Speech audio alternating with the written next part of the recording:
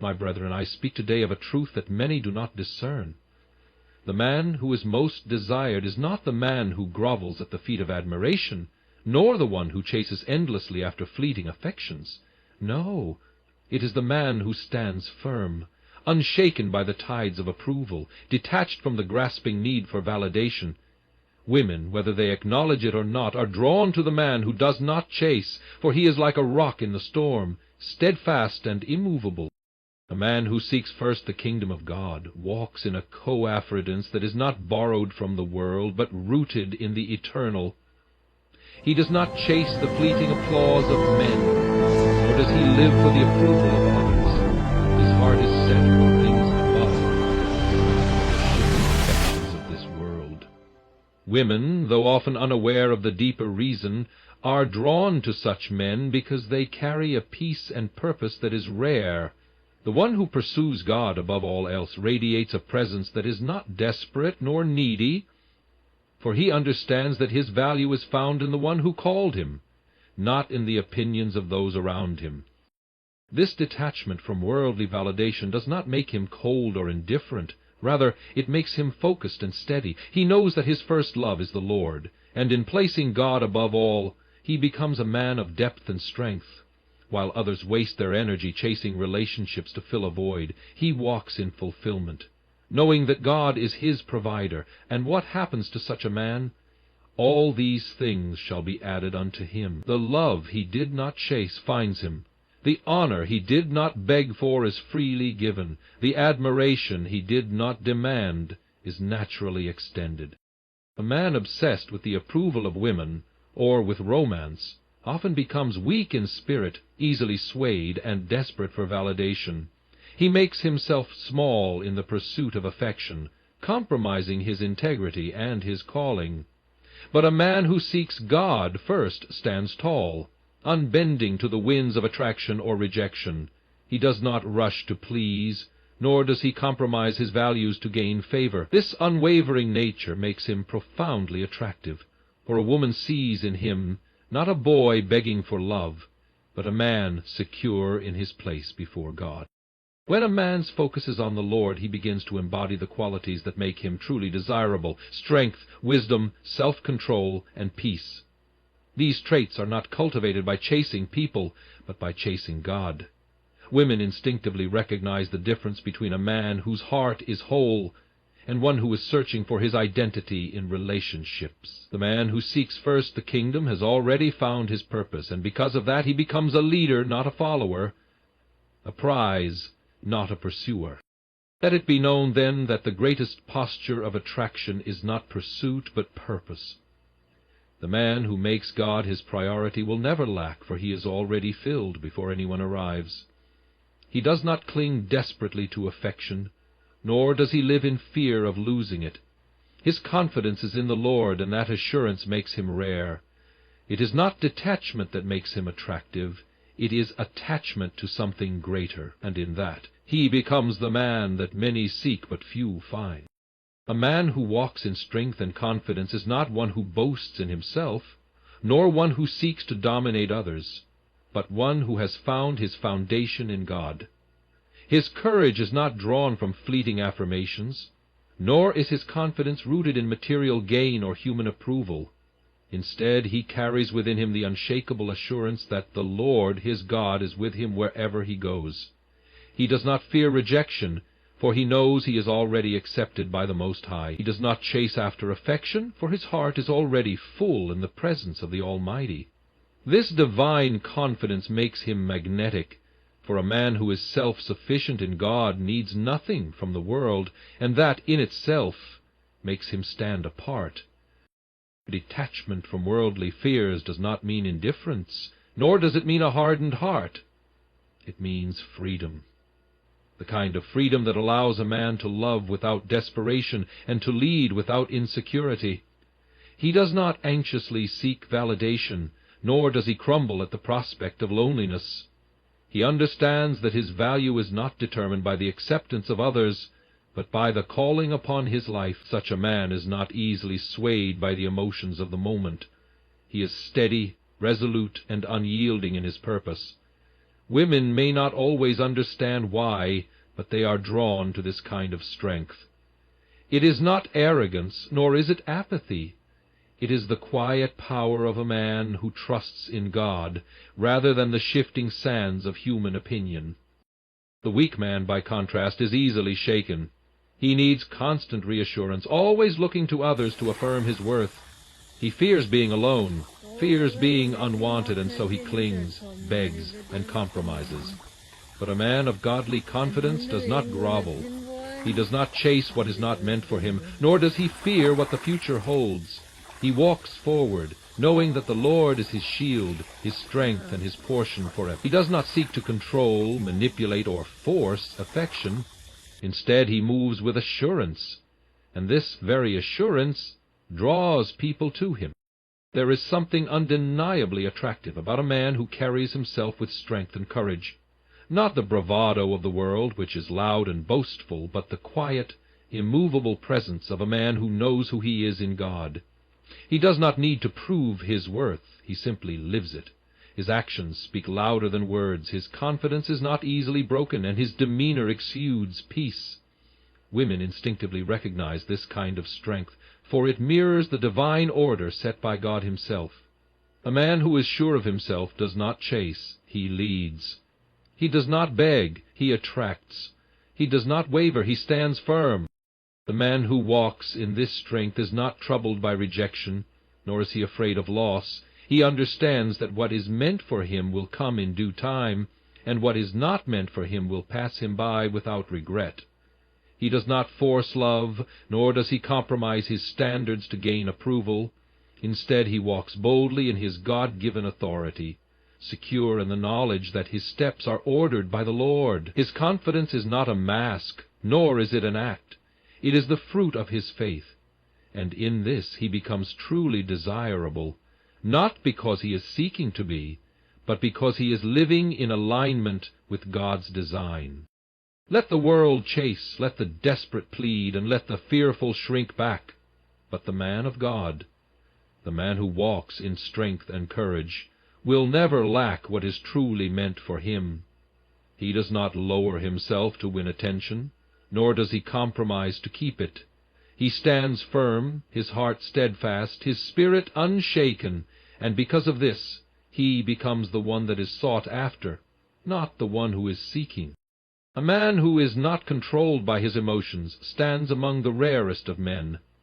The world is filled with those who are easily provoked, whose tempers flare at the slightest insult, and whose emotions govern their actions rather than wisdom.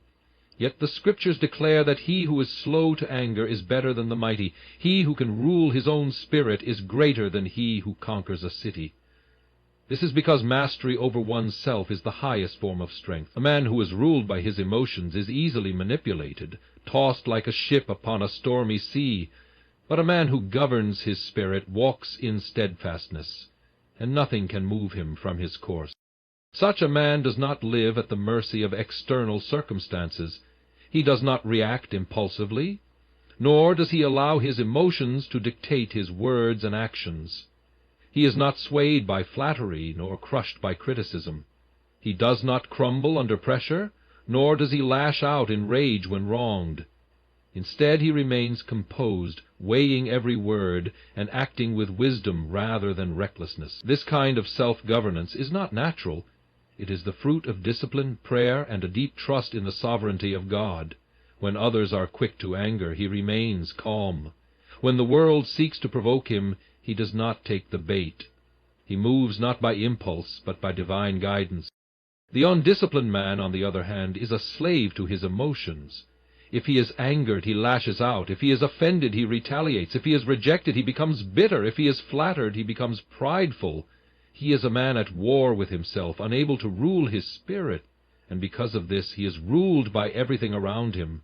A single insult can ruin his day, a moment of frustration can lead to regretful decisions, and an unchecked passion can destroy his future. His strength is an illusion, for he is not truly strong. He is merely loud, easily provoked, and lacking restraint. But the man of wisdom understands that true power lies not in external conquest, but in self-mastery.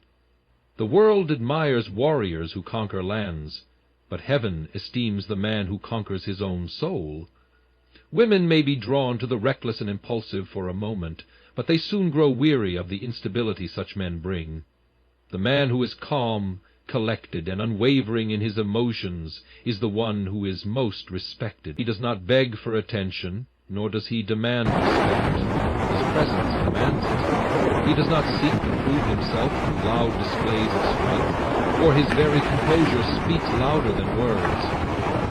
This kind of man is trusted. He is the one people turn to in crisis, because they know he will not be shaken. He is the one who is respected in the midst of chaos, because his emotions do not rule him. He rules them. He does not break down under pressure, nor does he allow the actions of others to dictate his own. He remains steady, not because he is indifferent, but because he has learned that emotions are meant to be disciplined, not obeyed. His strength is quiet but undeniable, and this makes him stand out among men. The path to becoming such a man is not easy. It requires daily surrender to God, a constant renewing of the mind, and the humility to acknowledge that emotions are fleeting, but wisdom endures. It requires patience, for no man masters his spirit overnight. It requires discernment, for one must learn which battles are worth fighting and which are best ignored. Above all, it requires faith, a faith that trusts God to be the avenger, the provider, and the source of all strength. When a man learns this, he no longer reacts to life. He moves through it with purpose, confidence, and unshakable resolve. A man who is not controlled by his emotions is a man who is truly free. He is free from the bondage of anger, from the tyranny of fear, from the instability of fleeting passions.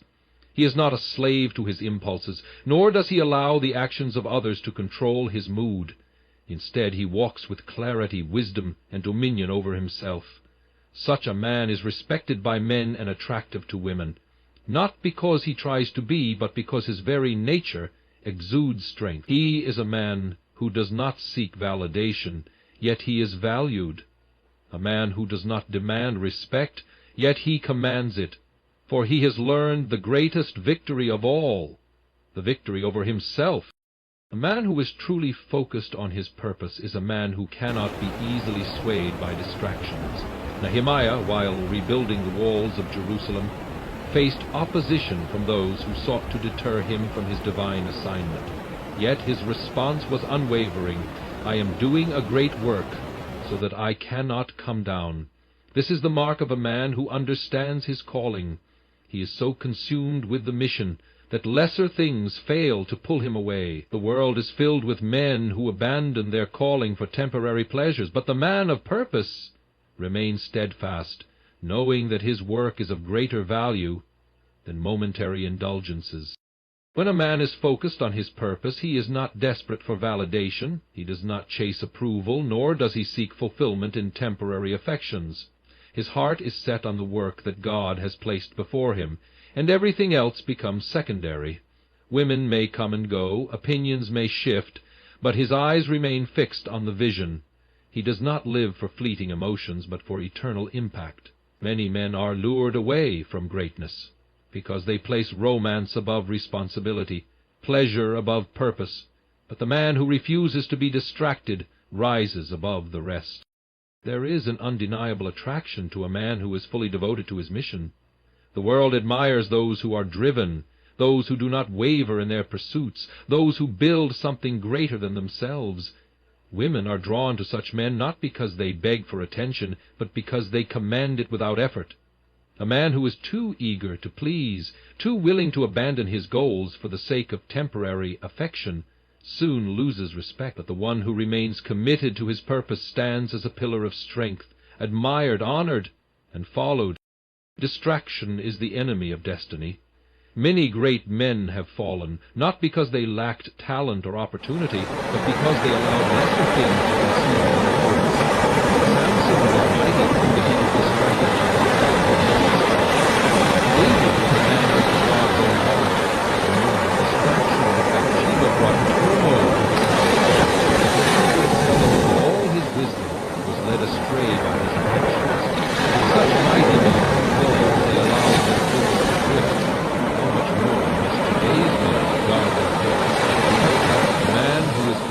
with his calling is not easily available. He does not waste time on meaningless pursuits, nor does he entertain relationships that do not align with his mission. He understands that every moment spent chasing temporary affections is a moment lost in fulfilling his divine assignment. This is why the strongest men are often the most disciplined in their relationships. They do not engage in fruitless pursuits, nor do they seek to be loved at the cost of their vision. Instead, they pursue their calling with diligence, trusting that the right person will come in God's perfect timing. This kind of man is not cold or emotionless. He simply knows what matters most. He does not hate romance, but he refuses to let it consume him. He does not despise companionship, but he understands that the right one will align with his journey rather than distract him from it. He is not heartless, but he is wise enough to know that love, when not rooted in purpose, is a hindrance rather than a blessing. A man who prioritizes his mission will never be without admirers, but he will also never allow admiration to replace his higher calling. Such a man is rare in a world that encourages distraction. Many are taught to chase pleasure, to seek validation, to make romance their highest pursuit. But a man of God knows that his first love is his mission. He understands that relationships should enhance, not hinder, his calling. He does not come down from his great work to entertain temporary affections, but he remains steadfast, knowing that those who are truly meant to walk with him will not ask him to abandon his purpose. Let every man examine himself. Where is his focus? Is he consumed with things that do not last, or is he devoted to something greater? The world respects men who build, who pursue, who refuse to be deterred. The highest calling of a man is not to be desirable, but to be purposeful. And when he walks in that purpose, he will find that everything else, including love, falls into place in due time. A man who walks in the Spirit is not governed by the desires of the flesh. He is not easily swayed by the pull of emotions, nor does he seek validation through the approval of others. His heart is set upon the will of God, and therefore he does not crave attention, nor is he desperate for companionship. The world teaches men to chase, to seek worth in relationships, to find identity in being desired. But the man who is led by the Spirit understands that his worth is not found in the opinions of people, but in the purpose of God. When a man is led by the Spirit, he does not allow his flesh to dictate his decisions. He does not rush into relationships out of loneliness, nor does he seek comfort in temporary affections. He knows that the flesh is deceitful, leading men into snares that weaken them, while the Spirit leads to wisdom, strength, and divine direction. A man who is detached from the cravings of the flesh walks in authority. He is not controlled by impulse, but by divine discernment. His path is clear because his mind is not clouded by emotions that lead others astray. Women are drawn to such a man not because he seeks their attention, but because he carries an aura of self-mastery. He is not needy, not desperate, not easily moved by the things that shake ordinary men. He does not base his self-worth on whether he is pursued or admired, because his confidence comes from a higher source. This kind of man stands apart from the masses, for he does not seek fulfillment in worldly pleasures, but in a divine purpose that anchors him. There is a certain dignity in a man who does not chase, who does not beg, who does not lower himself in an attempt to be desired. He knows that what is meant for him will align with his journey, and he trusts God to bring it in his perfect timing. He is not afraid of solitude because he understands that true strength is forged in seasons of separation. Many men become weak because they cannot bear to be alone. They constantly seek validation through relationships, afraid of the silence that forces them to confront their purpose. But the man who is led by the Spirit embraces solitude as a tool of refinement. This detachment is not a form of coldness, but rather a sign of wisdom. A man ruled by the Spirit is not heartless. He simply knows that love, when sought apart from divine guidance, becomes a distraction rather than a blessing. He is not closed off to relationships, but he does not enter them lightly. He understands that to join himself to the wrong person is to hinder his destiny. Therefore he moves carefully, refusing to be driven by lust, attraction, or fleeting emotions. He waits for what is aligned with God's will, knowing that anything less is a compromise. Such a man is free. He is not entangled in the drama of relationships that do not serve his purpose. He is not controlled by the need to be admired or validated. He does not chase after things that are not meant for him. He walks boldly, knowing that his fulfillment comes from obedience to God, not from the affections of others. This freedom makes him stand out, for in a world where many are enslaved to their desires, he walks as one who is truly unshackled. His detachment is not indifference, but discipline. He does not reject love, but he understands that love must be governed by wisdom. He does not fear commitment, but he refuses to be bound to anything that will pull him away from his calling. His standards are high, not because he is arrogant, but because he knows the cost of being unequally yoked. The wrong relationship can weaken even the strongest man, but the right one will propel him forward. He would rather wait in solitude than settle in compromise. The man led by the Spirit does not pursue recklessly, but he also does not hesitate when God reveals the right person. He moves with purpose, not desperation. He recognizes that a godly relationship is not about mere attraction, but about alignment with destiny. When he finds the right one, he does not abandon his mission to please her. Rather, she becomes a partner in the work God has assigned to him. She does not distract him from his calling, but strengthens him in it. This is the man who commands respect, not because he demands it, but because he embodies it. His strength is not in his words, but in his actions. His presence carries authority, not because he is domineering, but because he is unwavering. He does not move according to the opinions of others, nor does he shift based on momentary desires. His steps are ordered by the Lord, and therefore his confidence is unshakable. Let every man examine himself. What governs his heart? Is he led by fleeting passions, or by the eternal wisdom of God? A man ruled by the flesh will always be a slave to his desires, tossed to and fro by emotions that cloud his vision. But a man led by the Spirit walks in power, in clarity, and in divine purpose. And it is this kind of man, above all others, who stands firm, admired not for his pursuit of others, but for his relentless pursuit of God. A man of wisdom is a man of few words. He does not waste his breath in endless arguments, nor does he feel the need to prove his worth through loud declarations. His silence is not weakness, but strength.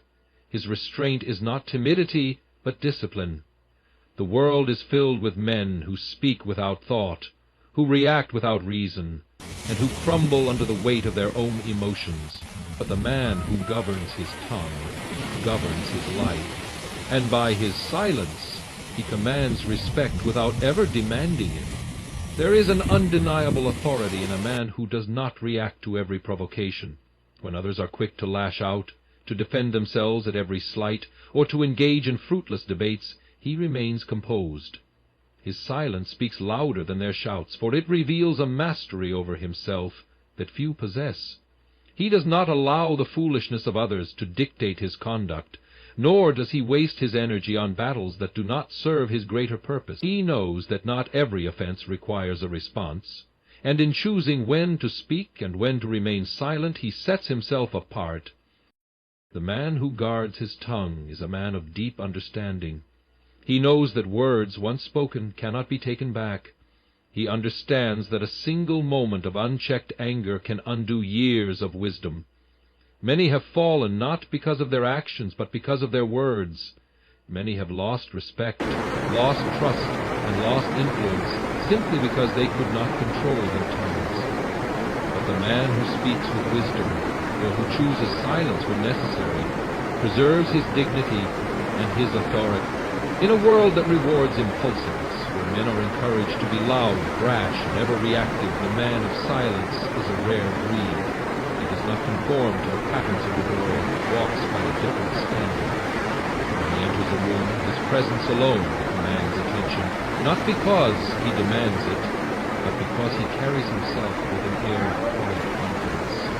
He does not need to boast of the strength of his knowledge or his worth. Those around him recognize it instinctively. A foolish man speaks because he is insecure. He feels the need to defend himself, to prove his intelligence, to establish his dominance through words.